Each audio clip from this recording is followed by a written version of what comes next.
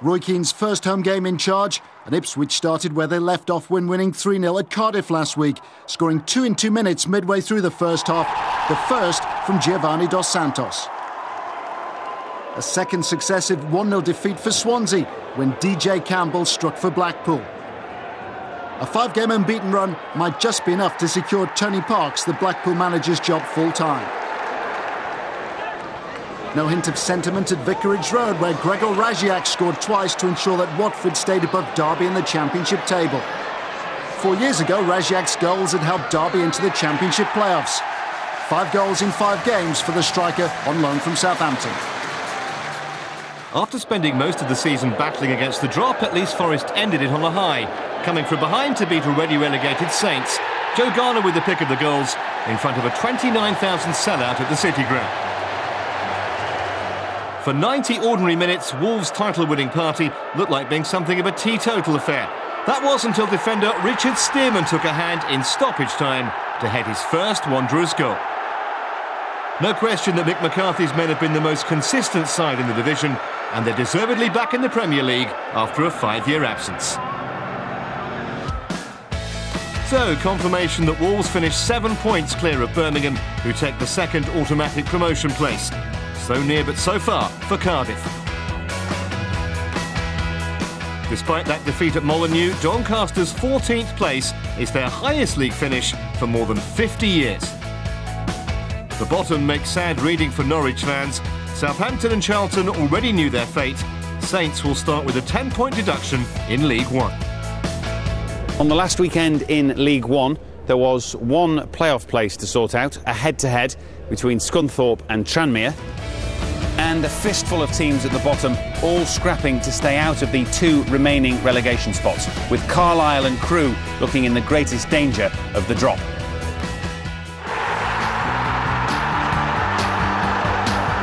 When only a victory will do, and a handsome one at that, it's not the time to face the champions. Leicester far too strong for Crewe. Matty Fryatt rounding off a comprehensive win.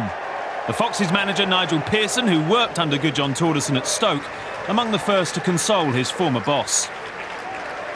The remaining dreaded relegation spot changed hands more than once.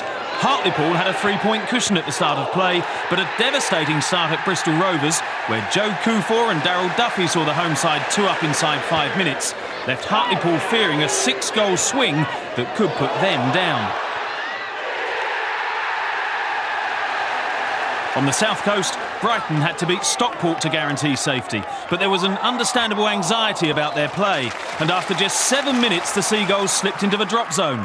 Carlisle clambering clear, thanks to a stupendous strike, Graham Kavanagh against Millwall. The pressure on 2 for Northampton, who needed now to at least match Brighton's result.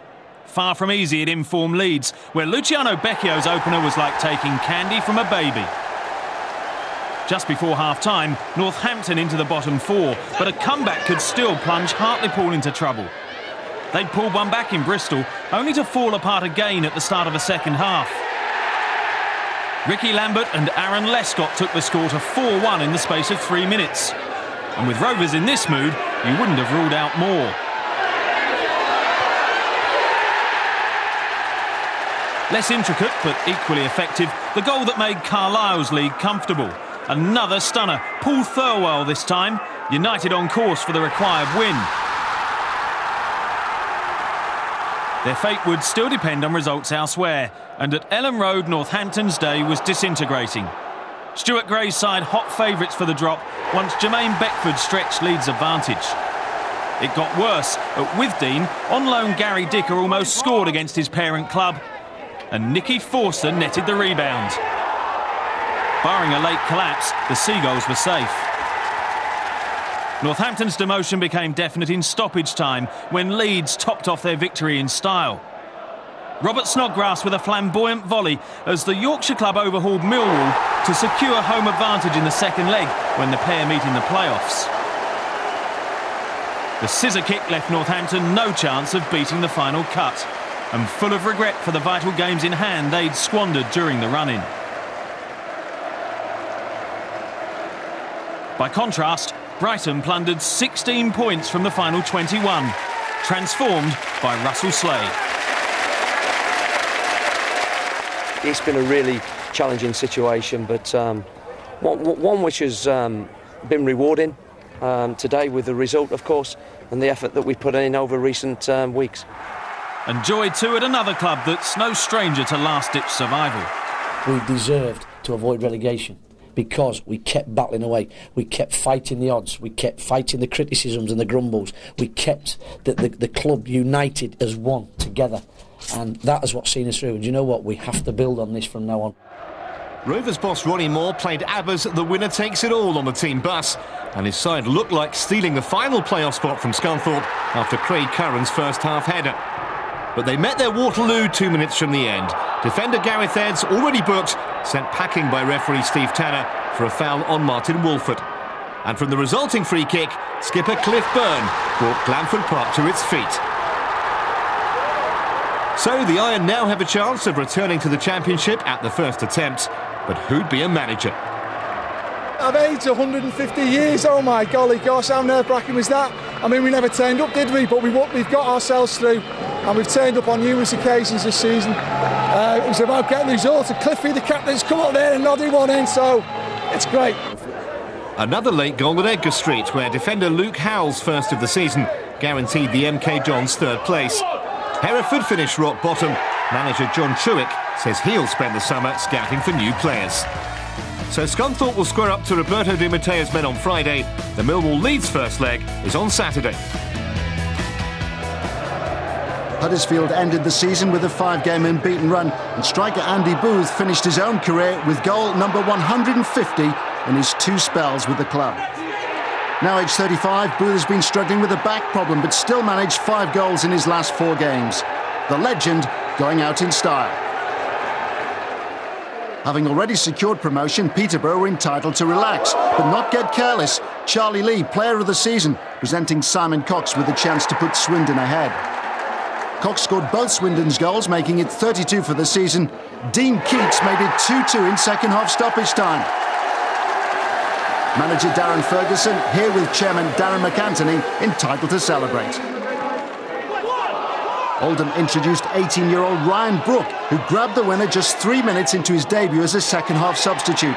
Time as well to say farewell to Joe Royle, who steps aside to let Dave Penny take over as manager. An 11th away win for Colchester, but boss Paul Lambert has already promised a summer of change. Mark Yates finished off Yeovil after Ashley Vincent's opener.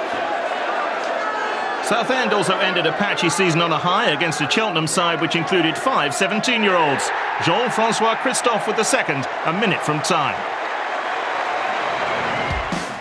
A fitting end to a campaign to forget for Cheltenham, but the season took a late and unexpected turn for the worse for Stockport, deducted 10 points last Thursday for entering administration. Brighton's battle against the drop was so successful, they even escaped the lower third in the end. Southend's win confirms their top 8 finish, a reminder of what might have been.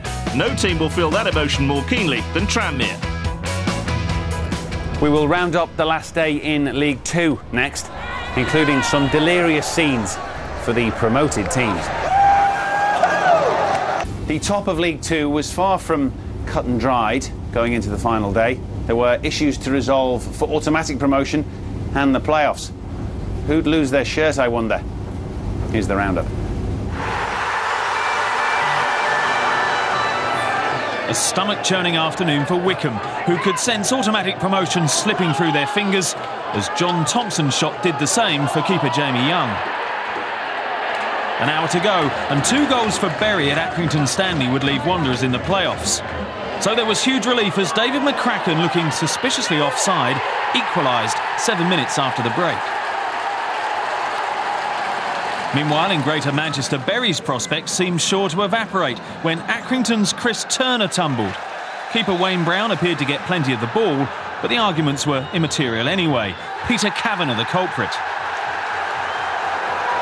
But Rotherham Exeter were clinging stubbornly to third place, and with 19 minutes left stepped up to second. Uncatchable if it stayed that way, a bit like the scorer Richard Logan.